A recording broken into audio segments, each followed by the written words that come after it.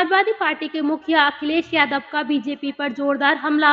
कहा, दूसरे चरण के मतदान के बाद हार को महसूस कर बौखलाए बीजेपी के नेता अब जनता को गुमराह करने की कर रहे हैं कोशिश। सपा सुप्रीमो ने आज फिर बीजेपी पर करारा हमला किया। अखिलेश यादव ने कहा, पहले और दूसरे चरण की वोटिंग के बाद बीजेपी के नेता बौखला गए हैं। रुझानों को देखते हुए बीजेपी के नेताओं की भाषा बदल गई है। उन्होंने आरोप लगाया कि जो बीजेपी के नेता अभी तक 400 पार की बात कर रहे थे, वो अब दलितों, आदिवासियों और पिछड़ों की बात कर रहे हैं। अखिलेश यादव ने कहा कि संभल के लोगों ने बीजेपी को सबक सिखाने की ठान ली है। अखिलेश ने आरोप लगाया कि ना तो बीजेपी सरकार में किसानों को कुछ मिला, ना नौजवानों को नौकरियां ही मिली, इसलिए लोग एनडीए से नाराज हैं। सपा कैंडिडेट पर बलिया में हुए मुकदमे पर अखिलेश कुछ कहने से बचते हुए नजर आए। उन्होंने कहा कि मुकदमा बीजेपी के उन नेताओं पर भी होना चाहिए जो बड़े मंचों से गंगा जमुनी तहजीब और भाईचारे पर टिप्पणी करते हैं। राहुल गांधी और प्रियंका गांधी के चुनाव लड़ने की खबर को उन्होंने अच्छा बताते हुए कहा कि सपा और कांग्रेस का गठबंधन चुनाव जीत रहा है। और संभल के लोगों ने मन बना लिया है।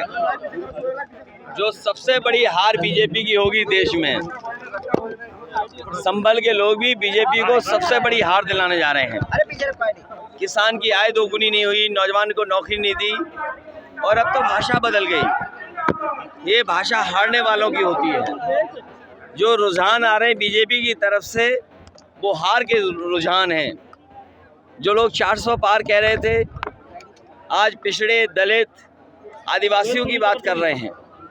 जिन पिछड़े, दलित, आदिवासियों का हक और सम्मान इन्होंने छीना, जो संविधान अधिकार देता है, जिसको छीना, उसकी बात कर रहे हैं। सोचिए आप, कहाँ 400 पार, कहाँ आज पिछड़े, दलित, आदिवासियों की बात। ये इस बार इस चुनाव में मन की बात लोग नहीं सुनना चाहते हैं, संविधान की बात सुनना चाहते हैं।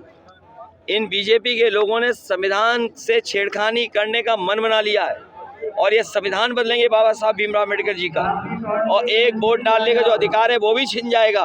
इसलिए देश की जनता बीजेपी को हराने जा रही है। अखिलेश जी, आपके बलिया के प्रत्याशी जो डीएम के खिलाफ जो बात कह रहे थे, बयान दे रहे थे, उनके खिलाफ मुकदमा दर्ज हो गया। देखिए, मुकदमा स्वाभाविक है, जो बात कही है, लेकिन किसी भाव में कैदी होगी।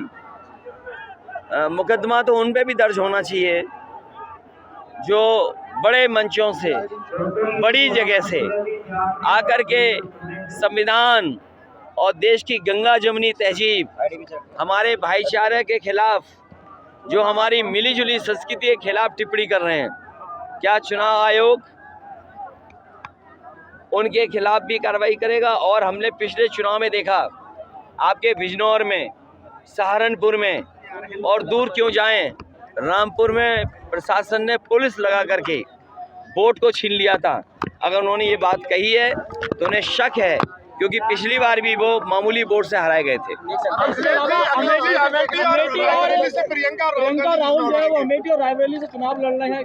अरे, अगर लड़ रहे हैं तो अच्छी बात है। अगर आपको पता लग गया हो तो अच्छी बात है। क्या लग रहा है सर, क्या दोनों के यहाँ से लड़ने का माहौल चेंज होगा? अरे भाई, तुम लोग, हमें क्या पता क्या होने जा रहा है, लेकिन एक चीज मुझे पता है, समाजवादी पार्टी, पीडीए परिवार, इंडिया गठबंधन जीतने जा रहा है।